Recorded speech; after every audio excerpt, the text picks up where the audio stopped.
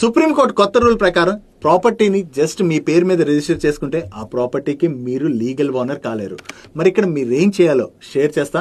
ముందు ఈ వీడియోని లైక్ చేస్తూ ప్రతి ఒక్కరికి హెల్ప్ఫుల్ అవుతుంది కాబట్టి ఈ వీడియోని షేర్ చేసేయండి. అండ్ అలాగే ఇటువంటి మంచి ఇన్ఫర్మేషన్ రెగ్యులర్ గా ఫాలో అవడానికి మనం మనీ పర్స్ పేజ్ అయితే ఫాలో అయిపోండి. ఏదైనా ప్రాపర్టీని కొనే ముందు ఫస్ట్ మనం సబ్ రిజిస్టర్ ఆఫీస్ కి వెళ్లి ఆ ప్రాపర్టీ ఆ సెల్లర్ పేరు మీదే ఉన్నదా, దీని లీగల్ హైర్స్ ఎవరు, అండ్ ఈ ప్రాపర్టీ పైన లోన్స్ ఆర్ డిస్ప్యూట్స్ ఏవైనా ఉన్నాయా అన్నది మనం ఫస్ట్ చెక్ చేసుకోవాలి. అండ్ వీటితో పాటు ఒకవేళ ఆ ప్రాపర్టీ వారసత్వంగా వస్తున్నటువంటి ప్రాపర్టీ అనుకోండి, అంటే తాత ముత్తాతల నుంచి వస్తున్నటువంటి ప్రాపర్టీ అనుకోండి, సిబ్లింగ్స్ యొక్క ఎన్ఓసి తీసుకోవడంతో పాటు వీళ్ళ పేరు మీద బిల్ కరెక్ట్ గా రాసున్నదా లేదా అని మనం చెక్ చేసుకోవాల్సి ఉంటుంది. అండ్ వన్స్ ఆ ప్రాపర్టీ తీసుకున్న తర్వాత మనం మ్యూటేషన్ అయితే చేయించవలసి ఉంటుంది. మున్సిపల్ ఆఫీస్ కి వెళ్లి ఆ ప్రాపర్టీ రిలేటెడ్ గా మీకు ఇక్కడ కనపడుతున్నవన్నీ మీ పేరు మీద అయితే చేంజ్ చేసుకోవాల్సి ఉంటుంది. ఒకవేళ ఇలా కాకుండా మీరు బిల్డర్ ఫ్లాట్స్ కనుక కొంటున్నారనుకోండి, అప్పుడు ఆ కరెంట్ బిల్ కావచ్చు, వాటర్ బిల్ కావచ్చు, ఇవన్నీ కూడా మీ పేరు మీద మారాయా లేదా అని చెప్పి వెంటనే చెక్ చేసుకోవాలి.